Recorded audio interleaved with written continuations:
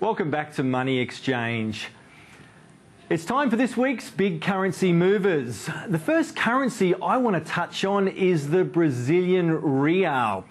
It's not a currency we trade in our trading room, but as many of you may be headed to the Olympics in Brazil next year, you'll be pleased to know the real has this week fallen to an all-time low against the US dollar, and most leading economists and traders have no idea when it's going to stop falling. It's dropped 35% against the US dollar this year, and it's not just lower commodity prices that are weighing on the currency. Brazil has substantial political and economic challenges, as well as having to deal with widespread corruption. Where and when the currency stops falling is anyone's guess. The real certainly gets the gong for this year's big currency mover. But right now, there are a number of currencies that we do trade that I think that are due for a fallback lower. And the euro and Aussie dollar are just two. But it's the euro that I think has the potential to fall back down to the lows of this year. And Thanos Papasavas, who was head of currency management at Credit Suisse, agrees. He told us last Friday on the program that whilst he didn't expect to see the euro hit parity to the US dollar this year, a decline in the currency's value was a high probability between now and Christmas. Barclays Bank also issued a statement this week saying the euro should lead the way down as more easing from the ECB comes through before year end. The reason why I've wanted to encourage you to consider a short position on the euro around these levels is because nothing has changed fundamentally in the USA or Europe. Both central banks are likely going to do what I've continued to advise you they were likely to do. The US Fed is highly likely going to raise interest rates, and the European Central Bank is likely going to need to print more cash in the next 12 months and add to the 1.1 trillion euro stimulus program it announced in January. The potential actions from both central banks should continue to see weakness on the euro and strength on the US dollar. But the US dollar has recently weakened in value as traders decided to lighten up on the currency as stock market volatility heated up. However, as markets gradually settle back down and the focus returns to the longer-term fundamentals, the euro will likely decline back lower and the US dollar rise back higher. We've started to see the buyers fade a little on the euro this week, and I'll not be surprised to see further weakness in the weeks ahead.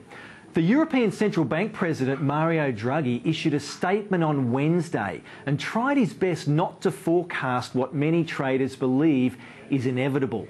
The ECB boss said that inflation was low, but also said he anticipated inflation to pick up later in the year. What I noted most, however, was his comment that more risks to the Eurozone have emerged, and he wanted a little longer to determine if more stimulus was required. I think it's highly likely the ECB will need to announce more stimulus, and this is also in line with Barclays Bank's thoughts, which is comforting. The expectation of more stimulus should ultimately add downward pressure on the euro. Now, as a trader, I find it misleading when someone tells me a currency is going to strengthen or weaken, and then they leave you stranded as to when you should enter the position. So up on the screen now is a chart of the euro versus the US dollar. And I want you to note the arrow of where I've positioned that arrow is at around about the price of 110. Now we're currently this evening, right now, trading just a little higher than that.